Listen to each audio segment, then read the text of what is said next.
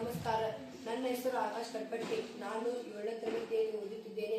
ನಮ್ಮ ಶಾಲೆ ಹೆಸರು ಸರ್ಕಾರಿ ಹಿರಿಯ ಪ್ರಾಥಮಿಕ ಶಾಲೆ ಚಬ್ಬಿ. ಮಾದರಿ ಹೆಸರು ಪಾರ್ಕಿಂಗ್ ನಲ್ಲಿ ನಿಲುಗಡೆಯಾದ ವಾಹನ ಪತ್ತೆ. ನಗರದಲ್ಲಿ ಹೆಚ್ಚುತ್ತಿರುವ ವಾಹನಗಳು ಪಾರ್ಕಿಂಗ್ನ ಗಂಭೀರ ಸಮಸ್ಯೆಯನ್ನು ಸೃಷ್ಟಿಸುತ್ತವೆ. ಈ ರೀತಿಯ ಪ್ರಮುಖ ಸಮಸ್ಯೆಯಿಂದಾಗಿ ಸಂಚಾರ ದಟ್ಟಣೆ ಮತ್ತು ಹಲವಾರು ಅಪಘಾತಗಳಿಗೆ ಕಾರಣವಾಗುತ್ತದೆ. ಪಾರ್ಕಿಂಗ್ ಸ್ಥಳಗಳನ್ನು ನಿರ್ಮಿಸಲು ದೊಡ್ಡ ಪ್ರದೇಶಗಳು ಬೇಕಾಗುತ್ತದೆ. ಇದು ನಗರಗಳಲ್ಲಿ ಅಷ್ಟು ಸುಲಭವಾಗಿ ಸಾಧ್ಯವಿಲ್ಲ. ನಾನು ತಯಾರಿಸಿದ ಮಾದರಿ ಪರಿಹಾರ ಕೊಡುತ್ತದೆ.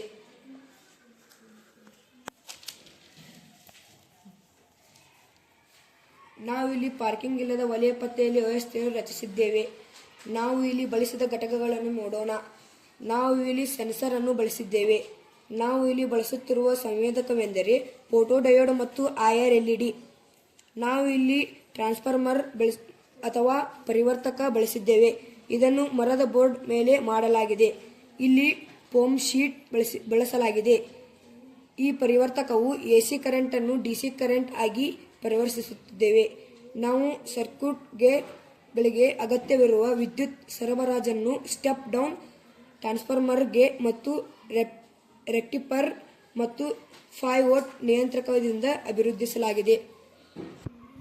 ಈಗ ಇದು ಹೇಗೆ ಕಾರ್ಯನಿರ್ವಹಿಸುತ್ತದೆ ಎಂದು ನೋಡೋಣ. IR LED ಯು ಒಂದು ಸಂದೇಶವನ್ನು ಕಳಿಸುತ್ತದೆ.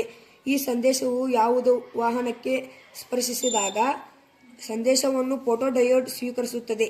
ಆಗ ಅಲಾರಾಂ ಶಬ್ದ ಮಾಡುತ್ತದೆ.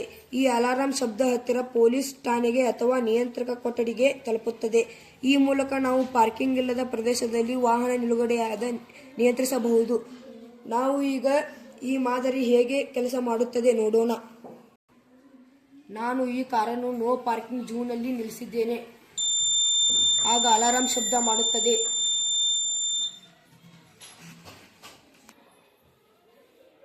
ಧನ್ಯವಾದಗಳು.